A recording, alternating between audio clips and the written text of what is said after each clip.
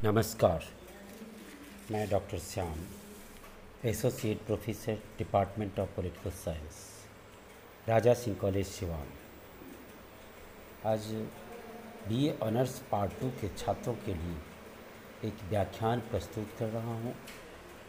इसका शीर्षक है नारीवादी आंदोलन की मुख्य धाराएं, मेन स्ट्रीम्स ऑफ फेमिनिज्म। नारीवाद आंदोलन, जैसा कि हम इसके नाम से ही इसके बारे में अर्थ लगा सकते हैं, नारीवाद के केंद्र में नारी का हित है। यानी नारी के दृष्टिकोण से जो विचार किया गया है उसे नारीवाद कहा जाता है। नारियों की स्थिति में सुधार के लिए वर्षों से हमारे यहाँ प्रयास किए जा रहे हैं। ये सामाजिक परिवर्तन, सामाजिक आंदोलन के तहत हमने पिछली कक्षाओं में अध्ययन किया कि राजा राम मोहन राय, ईश्वरचंद्र विद्यासागर, आर्य समाज आदि, सिख आंदोलन आदि के द्वारा ये स्त्री पुरुष समानता, जाति पाति का भेदभाव, ये सब मिटाने के लिए अनेक आंदोलन, अनेक प्रयास शुरू किए गए। अंग्रेज़ों के द्वारा भी बहुत सारे कानून बनाए गए। स्वतंत्रता के बाद भी भारत में बहुत सारे कानून भारत सरकार द्वारा बनाए गए। भारत सरकार द्वारा कई तरह के कार्यक्रम भी स्त्रियों की दशा में सुधार लाने के लिए चलाए गए। और इन सब के बावजूद अभी भी स्त्रियों की जो स्थिति है, भारत ही नहीं, विश्व के प्रायः अधिकांश देशों में वो अभी भी पुरुषों के मुकाबले बहुत ही, उसमें बहुत कुछ अभी सुधार की आवश्यकता है। और अभी भी स्त्रियों की स्थिति अच्छी नहीं है। इसलिए स्त्रियों के उत्थान के लिए, उनको पुरुषों के बराबर समानता का जो आदर्श है, समानता का जो अधिकार है, उसे दिलाने के लिए, स्त्रियों की जो मानवीय गरिमा है उसको स्थापित करने के लिए कई धाराएं, कई विचारधाराएं भी प्रचलित हुई। और इन सब के केंद्र में स्त्रियों को पुरुषों के शोषण से, असमानता के, स्त्री पुरुष असमानता के उत्पीड़न से बाहर निकालना है। आज की कक्षा में हम इसी नारीवादी जो आंदोलन है उसकी मुख्य धाराओं को जानने का प्रयास करेंगे। फेमिनिज्म का जो मेन स्ट्रीम है, फेमिनिज्म यानी फीमेल यानी औरत, औरतों के अधिकार के लिए, औरतों के सम्मान के लिए जो चलाया जाने वाला आंदोलन है उसे हम फेमिनिज्म के नाम से जानते हैं। इसमें सबसे पहले हम लिबरल स्ट्रीम पर चर्चा करेंगे। इसका ध्येय है ना उदारवादी धारा, इसका ध्येय है, उद्देश्य है नारी अधिकारवाद की उत्थान के लिए नए संघर्ष का सूत्रपात। इसमें स्त्रियों के लिए अवसर की पूर्ण समानता, एब्सोल्यूट इक्वालिटी ऑफ अपॉर्चुनिटी,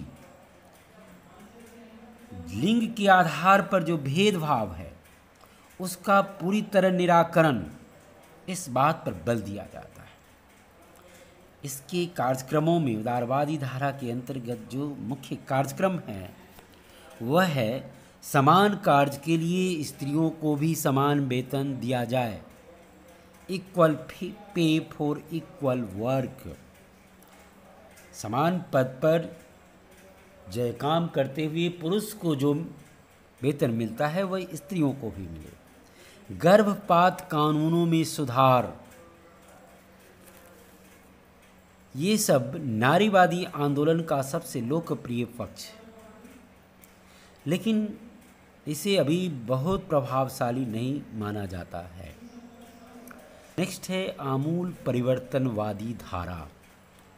एक धारा ये भी चलती है रेडिकल एक्सट्रीम का। इस धारा के अंतर्गत सुलामित फायरस्टोन जैसी उत्कट नारीवादी ने तर्क दिया है कि वर्तमान व्यवस्था में जो छिटपुट सुधारों के द्वारा स्त्रियों पर होने वाले अत्याचार जो है उसको मिटाने की बात जो की जाती है, तो ये छिटपुट सुधारों के बल पर स्त्रियों में होने वाले जो अत्याचार है, स्त्रियों पर जो होने वाले अत्याचार है उसको मिटाया नहीं जा सकता, उसको जड़ से ख़त्म नहीं किया जा सकता। हम देखते हैं कि सारा इतिहास, संपूर्ण इतिहास जो है वो स्त्रियों पर पुरुषों के अत्याचार की कहानी है। यह पितृसत्तात्मक शक्ति का जीता जागता उदाहरण है। इसका मतलब ये है कि स्त्री पुरुष के शारीरिक अंतर को एक जीव वैज्ञानिक तथ्य मानते हुए औरतों को बच्चा पैदा करने और उन्हें पालन करने के योग्य ही मात्र माना गया। लेकिन सामाजिक जीवन में स्त्री पुरुष की इतनी भिन्न भिन्न भूमिका का कोई जीव वैज्ञानिक आधार भी हमें देखने को नहीं मिलता। हम देखते हैं कि बचपन से ही लड़कों को जिद्दी, उदंड, दबंग, बदमाश बनने की शिक्षा दी जाती है। उसी जगह लड़कियों को आज्ञाकारी, माँ बाप की आज्ञा मानने वाली हो, शर्मीली, मतलब उसके चेहरे पर शर्म होना चाहिए, हया होना चाहिए, उसे दब्बू बनना मतलब दब करके रहना, हर बात का जवाब नहीं देना आदि सिखाया जाता है। लड़कों के लिए जहाँ डॉक्टर, इंजीनियर, वकील ये सब बनने का ख्वाब उनके माता पिता में होता है, लड़कियों को उसके लिए प्रोत्साहित किया जाता है, वहीं पर लड़कियों के लिए नर्स, सेक्रेटरी, हाउसवाइफ ये सब बनने, आजकल शिक्षिका, ये सब बनने का ख्वाब ज़्यादातर उन्हें दिखाया जाता है। हालांकि जीव वैज्ञानिक दृष्टि से लड़के लड़कियों की जो मानसिक क्षमता है उसमें कोई अंतर नहीं है। यदि समाज चाहे तो ये लड़के लड़कियों की भूमिका आपस में बदली जा सकती है। आजकल हम सब देखते हैं कि जब ये मौका मिला है तो अब हर क्षेत्र में लड़कियां आगे आ रही हैं। पढ़ने में भी लड़कों से कहीं आगे उनकी जो रिजल्ट है, परीक्षा परिणाम हुआ रहे हैं। पुलिस में, मिलिट्री में, हर जगह लड़कियां भी अपना परफॉर्मेंस वैसा ही दिखा रही है। लड़कियों के कार्य कुशलता में भी कहीं कोई अंतर नहीं दिखता है। इस विचारधारा के अनुसार स्त्री के शोषण का अंत करने का सही तरीका ये होगा, ये जो आमूल परिवर्तनवादी धारणा है रेडिकल एक्सट्रीम, इसके अनुसार स्त्रियों के शोषण को यदि पूरी तरह से ख़त्म करना है तो इसके लिए ज़रूरी है कि ये जो लिंग पर आधारित श्रम विभाजन है, sex based division of labour, इसको ख़त्म किया जाए। यानी कहा जाता है ना कि पुरुषों को धन कमा करके लाना है और स्त्रियों को घर में बच्चे पैदा करना और उन बच्चों का पालन पोषण करना है, घर की देखभाल करना है। तो इस तरह से ये एक जेंडर बेस्ड लिंग आधारित श्रम विभाजन कर दिया गया है, काम को बांट दिया गया है कि महिलाएं घर का काम करेंगी और पुरुष बाहर से धन अर्जित करके लाएगा। इसके लिए जो परंपरागत मूल परिवार का, न्यूक्लियर फैमिली का जो कंसेप्ट है, उसको भी रीऑर्गेनाइज करना पड़ेगा और इसको ख़त्म करना पड़ेगा। ये जो विचार है ये नारी मुक्ति आंदोलन के रूप में व्यक्त हुआ है, वोमेन्स लिबरेशन मूवमेंट के रूप में व्यक्त हुआ है।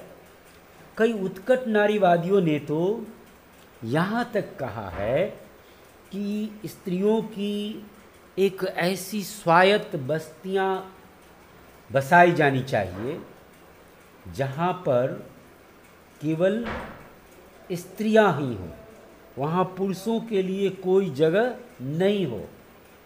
साथ ही साथ मानव जाति को समाप्त होने से बचाने के लिए यहाँ केवल पुरुष के पुरुषत्व का इस्तेमाल किया जाए, यानी पुरुष को केवल संतानोत्पत्ति के कार्य के लिए ही इस्तेमाल किया जाए, उसके अलावा उन्हें कोई भूमिका प्रदान नहीं की जाए। यानी सारा कुछ का देख रेख जो है, सारी व्यवस्था वहाँ औरतों के ही हाथ में हो।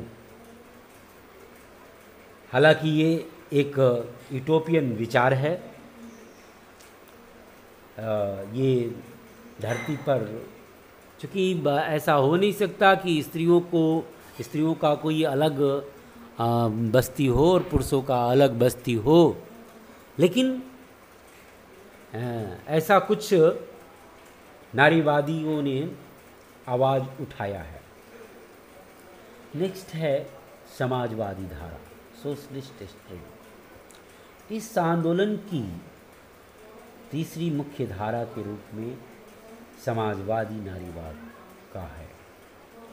इसका मुख्य प्रतिनिधि अंग्रेज महिला शीला रोबाथम है। आमूल परिवर्तनवादियों के पितृसत्तात्मक विश्लेषण और मार्क्सवादियों के वर्ग विश्लेषण दोनों में समन्वय का ये प्रयत्न है। यानी आमूल परिवर्तनवादी जहाँ ये कहते हैं कि ये पितृसत्तात्मक व्यवस्था जो है उसे ख़त्म किया जाना चाहिए, और तो उस पितृसत्तात्मक व्यवस्था के अंत की जो स्थिति है, और उसके साथ ही मार्क्सवादियों ने जो वर्ग विश्लेषण किया है, यानी मार्क्सवादियों ने वर्ग विश्लेषण किस आधार पर किया है? धन के आधार पर, अमीर और गरीब। तो ये जो अमीर और गरीब के आधार पर जो उन्होंने वर्ग का विश्लेषण किया है, तो यहाँ भी स्त्री और पुरुष दोनों में पुरुष को ये माना जाता है कि आर्थिक शक्ति उसी के हाथ में है, और शुरू से धन पर पुरुष का ही वर्चस्व रहा है। यहाँ तक कि स्त्रियों को भी पुरुषों का संपत्ति ही माना जाता है। स्त्री जो है वो पुरुष की संपत्ति मानी जाती है, उसको उसकी संपत्ति के रूप में देखी जाती है। इसका एक तीसरा कारण ये भी है पूंजीवादी व्यवस्था, जिसमें स्त्री को श्रम का स्रोत मानते हुए उसका शोषण किया जाता है। जैसे अमीर लोग गरीबों का शोषण करते हैं, वैसे ही गरीब लोगों के पास सिर्फ श्रम होता है और वो गरीबों का शोषण करते हैं। वैसे ही यहाँ पुरुष लोग स्त्रियों के श्रम का शोषण करते हैं। स्वयं पूंजीवादी व्यवस्था में जो है ये कहा गया है, नारीवाद की समाजवादी धारा के अनुसार इस समस्या का ये समाधान है कि एक और लिंग पर आधारित श्रम विभाजन और मूल परिवार की धारणाओं को ख़त्म किया जाए।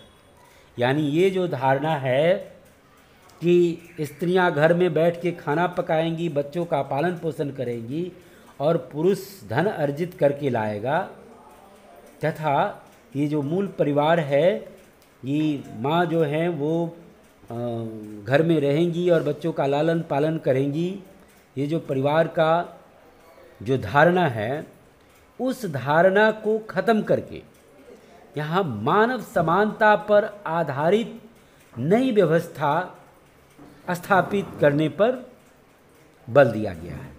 दूसरी ओर पूंजीवादी अर्थव्यवस्था को ख़त्म करके समाजवादी अर्थव्यवस्था को स्थापित करने पर जोर दिया गया है, ताकि अलगाववाद से मुक्त वर्ग विहीन समाज का उदय हो सके।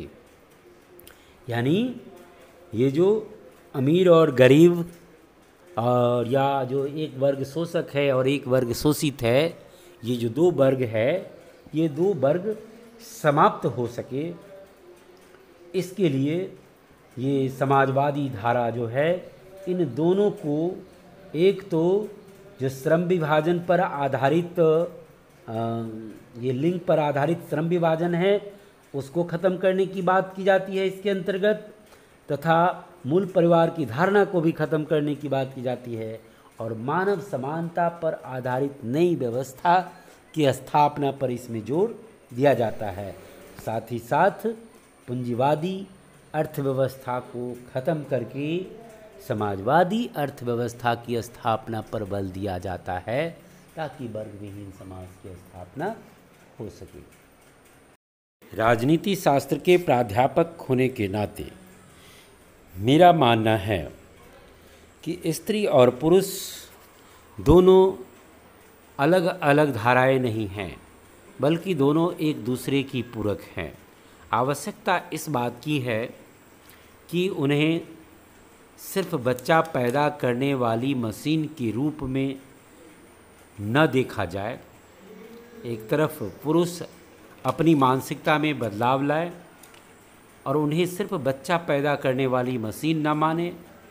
दूसरी तरफ महिलाओं के लिए भी यह ज़रूरी है कि वो अपने मानसिकता में बदलाव लाए और स्वयं को घर की चार दीवारी तक सीमित नहीं रखकर, यानी घर की चार दीवारी से बाहर निकलकर उन्हें भी आर्थिक क्रियाओं में भाग लेना चाहिए, और तभी जाकर के उनके आत्मगौरव और उन्हें उनके मान सम्मान की स्थापना हो सकेगी। तभी महिला समानता का जो लक्ष्य है उसे वो प्राप्त कर सकेंगी।